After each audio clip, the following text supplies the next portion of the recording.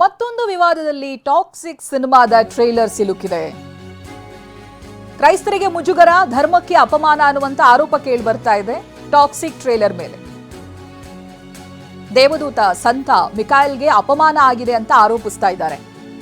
ರಾಜ್ಯ ಸರ್ಕಾರದ ಮುಖ್ಯ ಕಾರ್ಯದರ್ಶಿ, ಗೃಹ ಸಚಿವರು ಹಾಗೆ ಚಲನಚಿತ್ರ ವಾಣಿಜ್ಯ ಮಂಡಳಿಗೆ ಎನ್ಸಿಎಫ್ ಒಕ್ಕೂಟ ಇದಾಗಲೇ ಕಂಪ್ಲೇಂಟ್ ಅನ್ನ ಮಾಡಿದೆ. ನ್ಯಾಷನಲ್ ಕ್ರಿಶ್ಚಿಯನ್ ಫೆಡರೇಷನ್ ಇವರು ದೂರನ್ನ ದಾಖಲಿಸಿದ್ದಾರೆ. ಇದಾಗಲೇ ದೇವದೂತರ ಮುಂದೆ ಅಶ್ಲೀಲವಾದ ದೃಶ್ಯಗಳನ್ನ ಚಿತ್ರೀಕರಿಸಿದ್ದಾರೆ, ಯೂಟ್ಯೂಬ್ನಲ್ಲಿರುವಂತಹ ದೃಶ್ಯಗಳನ್ನ ತೆಗೆದುಹಾಕಬೇಕು ಅಂತ ದೂರಿನಲ್ಲಿ ಹೇಳಿದ್ದಾರೆ. ಕೂಡಲೇ ಕ್ರೈಸ್ತರ ಕ್ಷಮೆಯಾಚನೆಯನ್ನು ಕೂಡ ಮಾಡಬೇಕು ಅನ್ನೋದಾಗಿ ಒತ್ತಾಯಿಸಿದ್ದಾರೆ. ಏನಿದೆ, ನಮ್ಮ ಕ್ರೈಸ್ತರಿಗೆ ಒಂದು ಮುಜುಗರ ತರ ಅಂತ ಒಂದು ದೃಶ್ಯಗಳಿದೆ. ಏನು ನಮ್ಮ ಕ್ರಿಶ್ಚಿಯನ್ ಸೆಮಿಟ್ರಿ ಸಮಾಧಿಗಳ ಬಳಿ ಈ ಕಾರ್ ದೃಶ್ಯ, ಏನು ಸೆಕ್ಸ್ ರಿಲೇಟೆಡ್ ಒಂದು ದೃಶ್ಯನ ಚಿತ್ರೀಕರಣ ಹಾಕಿದ ತರ ತೋರಿಸಿದ್ದಾರೆ. ಸೊ ಅಲ್ಲಿ ನಮ್ಮ ಮಿಕಾಯಲ್ ದೇವದೂತರು ಏನಿದೆ ಆ ಜಾಗದಲ್ಲಿ ಅವ್ರದ್ದು ಒಂದು ಸ್ಟ್ಯಾಚು ಮುಂದೆ ಈ ದೃಶ್ಯಗಳು ಬಂದಿರೋ ತರ ಕಾಣಿಸ್ತಾ ಇತ್ತು. ಅದರದ್ದು ವಿರುದ್ಧವಾಗಿ ನಾವು ವಾಣಿಜ್ಯ ಮಂಡಳಿಗೆ ದೂರು ಕೊಟ್ಟಿದ್ದೀರಿ, ಅದಾದ್ಮೇಲೆ ಗೃಹ ಇಲಾಖೆಗೂ ದೂರು ಕೊಟ್ಟಿದ್ದೀರಿ, ಮತ್ತೆ ಸೆನ್ಸಾರ್ ಬೋರ್ಡ್ಗೂ ದೂರು ಕೊಟ್ಟಿದ್ದೀರಿ. ಮುಂದಿನ ಕ್ರಮ ಅವರು ತಗೊಳ್ಬೇಕು ಹೇಳಿದ್ದಾರೆ. ಈ ಸೆನ್ಸಾರ್ ಬೋರ್ಡಲ್ಲಿ ಏನಿದೆ ಸರ್ಟಿಫಿಕೇಟ್ ಕೊಡಲ್ಲ ಅಂತ ಹೇಳಿದ್ದಾರೆ. ಅವ್ರು ಬರಲಿ, ಅದನ್ನು ನೋಡ್ಬಿಟ್ಟು ಅದನ್ನ ರಿಮೂವ್ ಮಾಡಕ್ಕೆ ಹೇಳ್ತೀರಿ. ಅದು ರಿಮೂವ್ ಮಾಡಿಲ್ಲ ಅಂದ್ರೆ ನಾವು ಕೊಡಕ್ಕೆ ಬರಲ್ಲ ಅಂತ ಹೇಳಿದ್ದಾರೆ. ಆದರೂ ಅವ್ರು ಕೊಟ್ಟರು ಅಂದರೆ ನಾವೇನಿದೆ ಕಾನೂನು ಪ್ರಕಾರನೂ ಹೋರಾಟ ಮಾಡ್ತೀರಿ. ಸೊ ನಾವು ಮಂಡಳಿ ಮುಂದೆನೂ ನಾವು ಹೋರಾಟ ಮಾಡ್ತೀವಿ. ಟಾಕ್ಸಿಕ್ ಸಿನಿಮಾದಲ್ಲಿ ಧರ್ಮದ ವಿಚಾರ ಅಂತ ಬಂದಾಗ ಎಚ್ಚರಿಕೆಯಿಂದ ನೋಡಬೇಕು. ಸೆನ್ಸಾರ್ ಬೋರ್ಡ್ ಇದನ್ನೆಲ್ಲ ನೋಡಿಕೊಳ್ಳುತ್ತೆ ಅಂತ ನಿರ್ಮಾಪಕರನ್ನ ಸಂಪರ್ಕಿಸಿ ಮಾಹಿತಿಯನ್ನ ಕೂಡ ತೆಗೆದುಕೊಳ್ತೀವಿ ಎನ್ನುವುದಾಗಿ ಫಿಲ್ಮ್ ಚೇಂಬರ್ ಉಪಾಧ್ಯಕ್ಷ ಸುಂದರಾಜ್ ಟಿವಿ9 ಜೊತೆ ಮಾತನಾಡಿದ್ದಾರೆ. ಬನ್ನಿ ನೋಡೋಣ.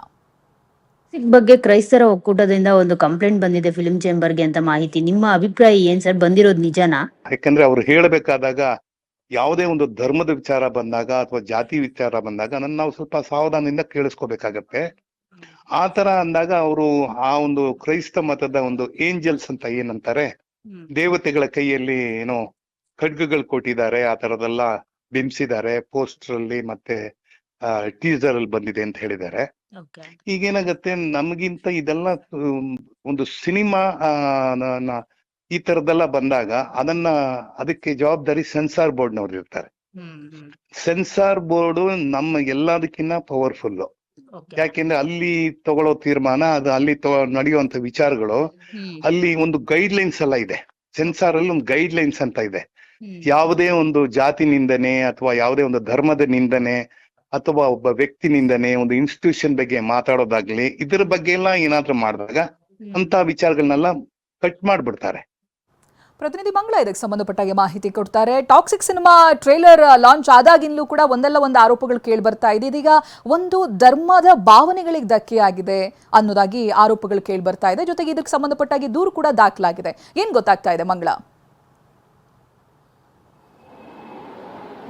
ಚೈತ್ರ, ಫಿಲ್ಮ್ ಚೇಂಬರ್ಗೆ ಕ್ರೈಸ್ತ ರಾಷ್ಟ್ರೀಯ ಒಕ್ಕೂಟ ಅವರು ಕಂಪ್ಲೇಂಟನ್ನು ಕೊಟ್ಟಿರುವಂಥದ್ದು. ಅಂದರೆ ಕ್ರೈಸ್ತರಿಗೆ ಮುಜುಗರ ಆಗಿದೆ, ಜೊತೆಗೆ ಏನು ಕ್ರೈಸ್ತ ಧರ್ಮಕ್ಕೆ ಏನಿದೆ ಅದು ಅಪಮಾನ ಮಾಡಲಾಗಿದೆ ಈ ಒಂದು ಟೀಸರ್ ಮೂಲಕ ಅನ್ನೋ ಒಂದು ದೂರನ್ನು ಇಲ್ಲಿ ದಾಖಲು ಮಾಡಲಾಗಿರುವಂಥದ್ದು. ಜೊತೆಗೆ ಏನಂತ ಅಂದರೆ ಈ ಒಂದು ಟೀಸರ್ನಲ್ಲಿ ಏನು ಅಶ್ಲೀಲ ದೃಶ್ಯಗಳಿದೆ ಅದು ಕ್ರೈಸ್ತರ ಸಮಾಧಿ ಮುಂದೆ ಮಾಡಲಾಗುತ್ತೆ. ಅದು ಸಂತ ಮಿಕೇಲ್ ದೇವದೂತರ ಮುಂದೆ ಈ ರೀತಿ ಒಂದು ದೃಶ್ಯವನ್ನು ಸೆರೆ ಹಿಡಿಯಲಾಗಿದೆ. ಇದು ತಪ್ಪು. ಜೊತೆಗೆ ಮಹಿಳೆಯರು ಮತ್ತು ಮಕ್ಕಳಿಗೆ ಮುಜುಗರ ಆಗುವಂತಹ ಸೀನ್ಗಳನ್ನು ಇಲ್ಲಿ ಇಡಲಾಗಿದೆ. ಸೊ ಹೀಗಾಗಿ ಆ ಸೀನ್ಗಳನ್ನು ಕಟ್ ಮಾಡಬೇಕು. ಸೊ ಹೀಗಾಗಿ ಫಿಲ್ಮ್ ಚೇಂಬರ್ಗೆ ಕಂಪ್ಲೇಂಟನ್ನು ಕೊಟ್ಟಿರುವಂಥದ್ದು ಕ್ರೈಸ್ತ ಒಕ್ಕೂಟದವರು.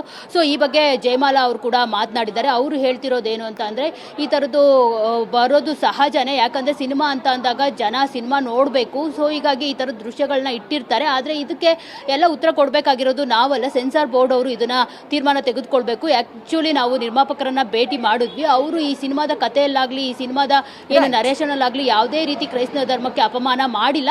ಸೊ ನಾವು ಸೆನ್ಸಾರ್ ಬೋರ್ಡ್ಗೆ ಏನು ಈ ಟೀಸರ್ನ ಸರ್ಟಿಫಿಕೇಟ್ ಕೊಡೋದಕ್ಕೆ ಕೊಟ್ಟಿದ್ದೀವಿ. ಅವರು ಯಾವ ಥರದ ತೀರ್ಮಾನ ತೆಗೆದುಕೊಳ್ತಾರೋ ನಾವು ಕೂಡ ನೋಡ್ತೀವಿ ಅನ್ನೋ ಒಂದು ಮಾತನ್ನು ಅವರು ಹೇಳಿರುವಂಥದ್ದು. ಜೊತೆಗೆ ಜಯಮಾಲಾ ಅವರು ಕೂಡ ಹೇಳಿದ್ದು ಇದೇ ಮಾತನ್ನು, ಏನಂದರೆ ಯಶ್ ಅವರು ತುಂಬ ವಿಚಾರವಂತರು, ಜೊತೆಗೆ ನಿರ್ಮಾಪಕರು ಸಾಕಷ್ಟು 100 ಕೋಟಿ ಬಡ್ಜೆಟ್ ಹಾಕಿ ಈ ಒಂದು ಸಿನಿಮಾನ ಮಾಡಿದ್ದಾರೆ. ಸೊ ಅವರು ಈ ಥರದ್ದೊಂದು ಏನು ಬೇರೆ ಧರ್ಮಕ್ಕೆ ಅಪಮಾನ ಮಾಡೋದಾಗಲಿ ಅವರ ಭಾವನೆಗೆ ಧಕ್ಕೆ ತರೋದನ್ನಾಗಲಿ ಮಾಡಿರೋದಿಲ್ಲ.